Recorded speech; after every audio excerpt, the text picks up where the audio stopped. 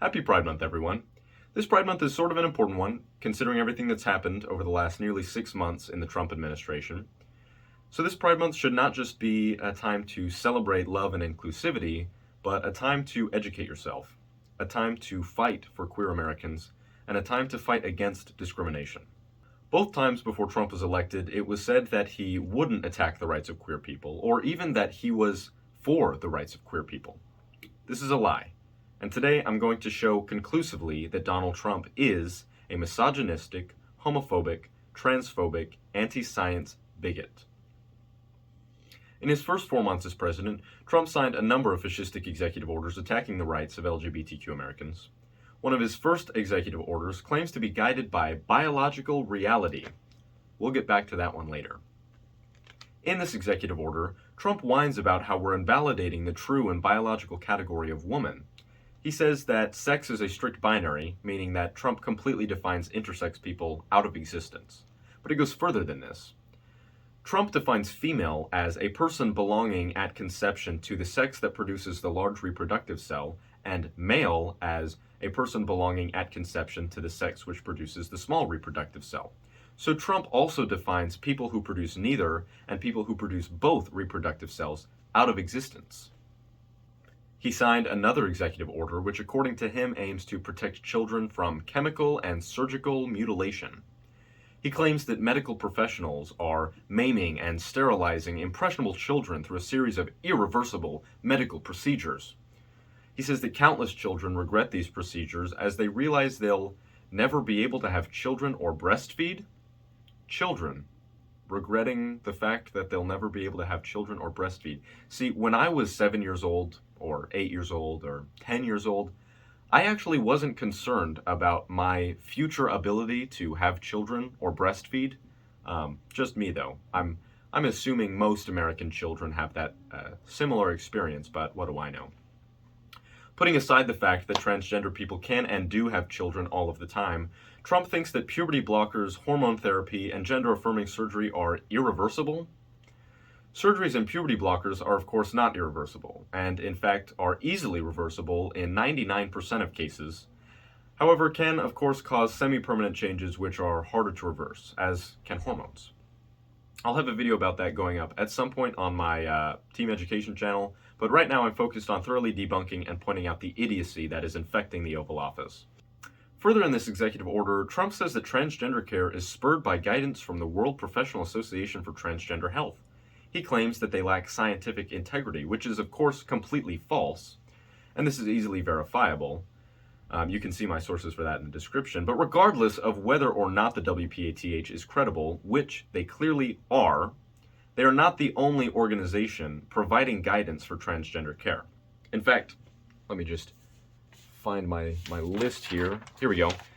Here's a non-exhaustive list for associations and organizations that provide guidance for gender-affirming care, as well as promote the research of gender-affirming care.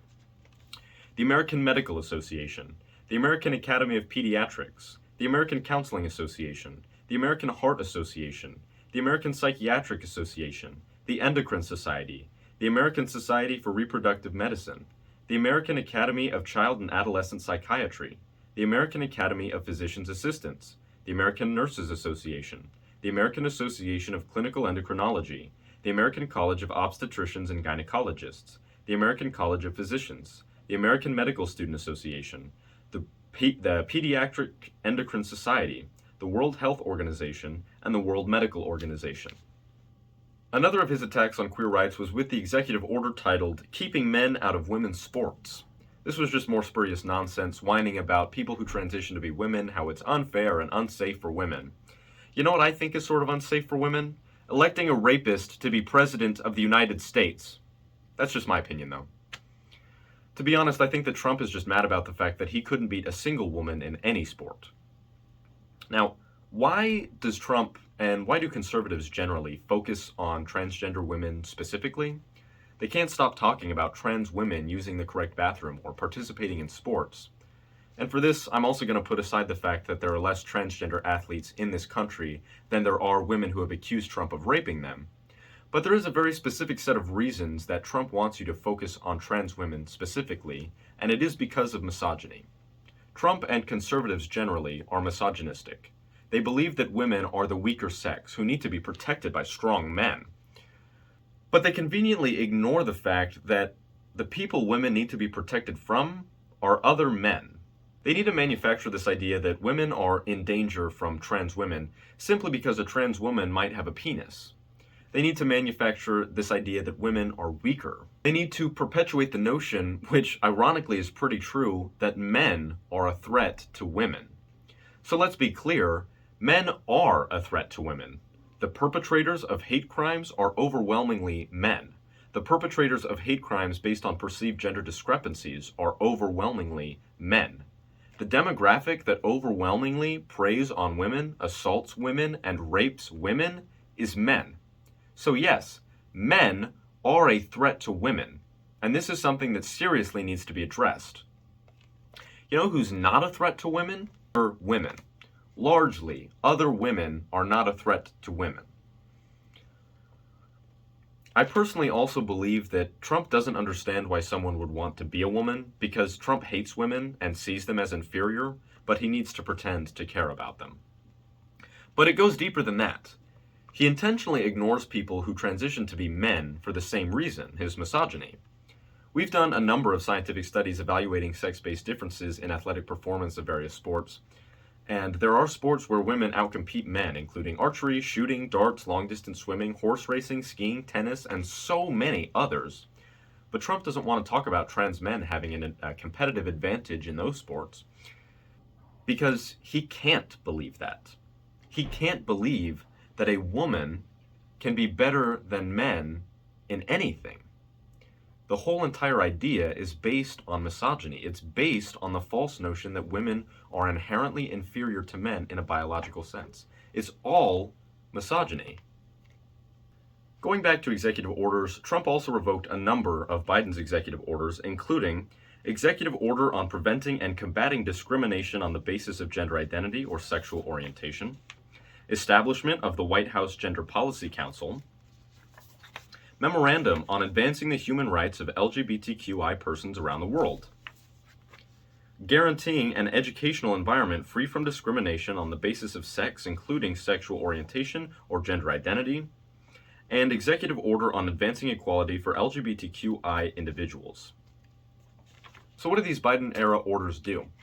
Well, they strictly and fully enforce Title VII, Title IX, and all other laws regarding discrimination on the basis of gender identity and sexual orientation, direct agencies to combat unlawful discrimination, eliminates disparities that disproportionately harm queer people, direct expanded access to comprehensive health education for queer people, combat unlawful and disparate disciplinary actions against queer people in education, seeks to combat educational and workplace discrimination against queer people, orders federal agencies to combat the criminalization of LGBTQI people abroad, orders federal agencies to combat homophobia and transphobia at home and abroad, directs agencies to expand their foreign aid programs assisting LGBTQI people in countries which are potentially dangerous for queer people and countries where it is illegal to be openly LGBTQI, establishes a response team to incidents that threaten the human rights of queer people abroad, coordinates efforts to advance the rights of queer people, advances gender equity, combats systemic biases against women's human rights, combats harmful misogynist gender stereotypes in STEM fields, works to prevent gender-based violence, recognizes the needs of women in humanitarian crises, among a multitude of other advancements of queer rights and women's rights. Now, Trump wants to pretend like he actually cares about women, which is laughable, obviously, but he revoked the very thing that works to protect and uphold the rights of women, not only here in the United States, but in every country we have agencies working in across the entire world. Maybe I'm just missing something here, right? But I think directing federal agencies and organizations to uphold, support, and fight for the rights of women around the world is what actually supporting women looks like, not revoking and reversing these policies. Trump also heavily pushed for the passage of the One Big Beautiful Bill. This bill is specifically transphobic and targets trans people and organizations which provide healthcare to trans people. Section 44125 is titled Prohibiting Federal Medicaid and CHIP Funding for Gender Transition Procedures for Minors. A bit of a misnomer since this section doesn't only prohibit funding to procedures for minors, but all transgender patients. This section of the bill prohibits federal funding from going towards institutions and organizations that provide healthcare to transgender patients, including the following: